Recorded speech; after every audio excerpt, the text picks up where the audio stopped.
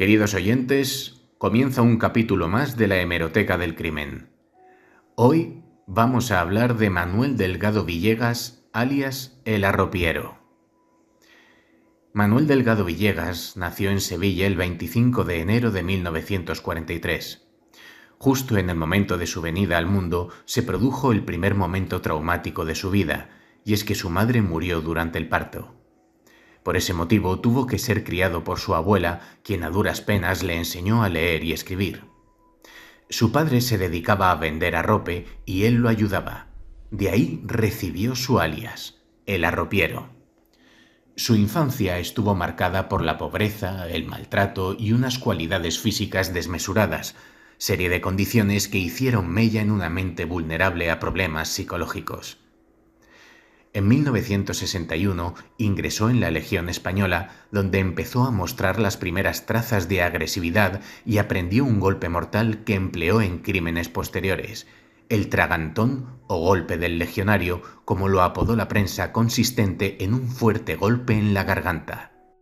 A los 18 años, el arropiero abandonó el ejército y recorrió Europa, comenzando a consumir estupefacientes, adicción que costeó prostituyéndose. También cometió sus primeros hurtos. El arropiero gozaba de éxito entre los homosexuales y demás prostitutas. Esto se debía a su bisexualidad y su condición de anaspérmico, es decir, su capacidad de practicar repetidos coitos sin llegar al orgasmo o eyaculación. Estos aspectos de su vida configuraron su perfil psicopático confeccionado por el criminólogo don Salvador Ortega.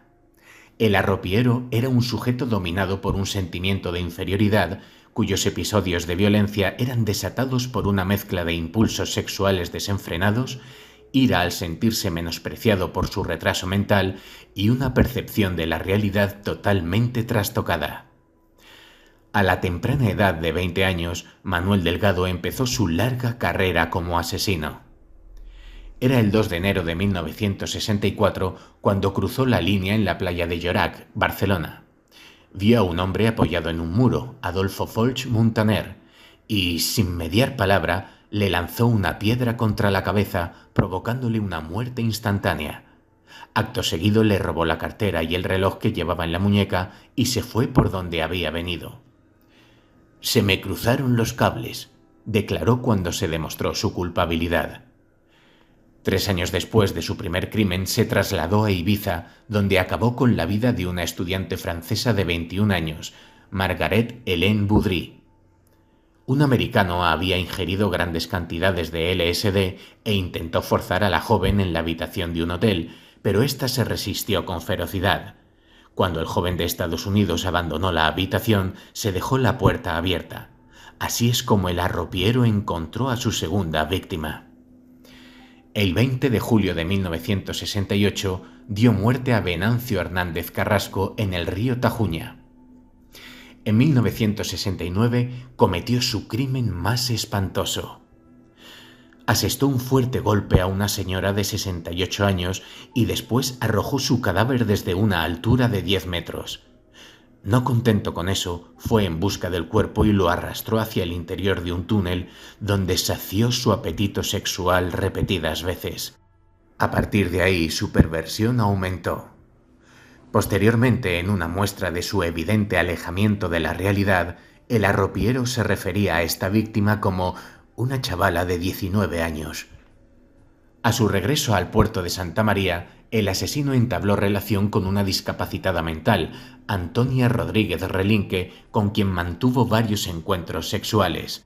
Durante uno de ellos, la joven le pidió algo que desagradó al arropiero. «Cuando me negué a ello, me insultó y me dijo que no era hombre, pues otros se lo habían hecho», aseguró. Fue entonces cuando la golpeó brutalmente y ató un pañuelo de leotardo alrededor de su cuello. La desaparición de la disminuida, que había sido vista varias veces en compañía de Villegas, puso a la policía sobre la pista del mayor asesino de la historia de España, que días más tarde fue detenido en un descampado de El Pilar, Cádiz, y en ese momento se confesó como el autor de nada más y nada menos que 48 muertes. Respecto de la chica discapacitada, dijo: «Volví a estar con ella el lunes, el martes y el miércoles, y hubiera vuelto hoy si no me hubieran detenido. Estaba tan guapa, la quería tanto. ¿No era mi novia? Entonces podía hacer el amor con ella lo mismo que antes, ¿no?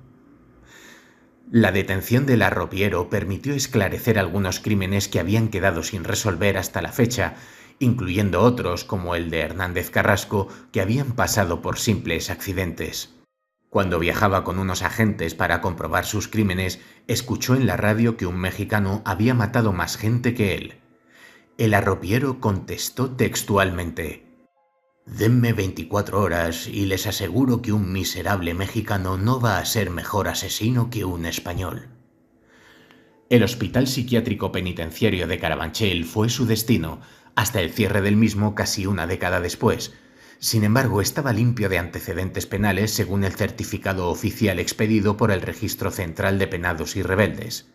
Villegas no tuvo abogado defensor hasta 6 años y medio tras su detención, teniendo el récord de arresto preventivo sin protección legal. Nunca fue juzgado, ya que se le diagnosticó una enfermedad mental y la Audiencia Nacional ordenó en 1978 su internamiento en un centro especializado. Aunque se le atribuyeron un total de 48 muertes, hubo muchas más acusaciones particulares y otros tantos testigos que no quisieron declarar, por lo que es muy posible que la cifra sea mucho mayor. En cualquier caso, Manuel Delgado Villegas no escatimó detalles sobre sus atroces asesinatos. Sus declaraciones llamaron la atención de expertos psiquiatras de varios países que determinaron que el arropiero era un peligroso psicópata poseedor del cromosoma XY. En ocasiones ha sido asociado con la agresividad en lugar de la dotación común de un hombre, XY. Durante 2 décadas fue sometido a diversos tratamientos médicos, motivo por el cual jamás volvió a mostrarse agresivo con otros internos. Sin embargo, recordaba con todo lujo de detalles todas y cada una de las atroces barbaridades que había cometido. Con el paso de los años su aspecto cambió y se mostró como un anciano de barba rala y escaso pelo que a menudo susurraba: «No he matado a nadie». La reforma del Código Penal favoreció su liberación. El arropiero no podía continuar internado en un centro psiquiátrico penitenciario, ya que se limita la reclusión en ellos de los enfermos mentales al tiempo que dura su condena, y, en su caso, esta no existía. Por ello, la Audiencia Nacional ordenó en diciembre de 1996 su traslado al psiquiátrico de Santa Coloma de Gramenet, en Barcelona, ya que su familia vivía cerca de allí.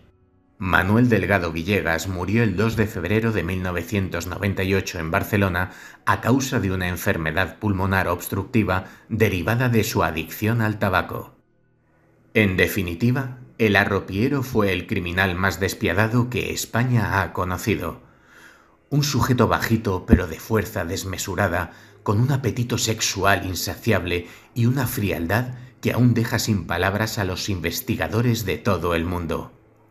Por todo eso ha pasado a la historia como el asesino en serie más sangriento de la historia de España.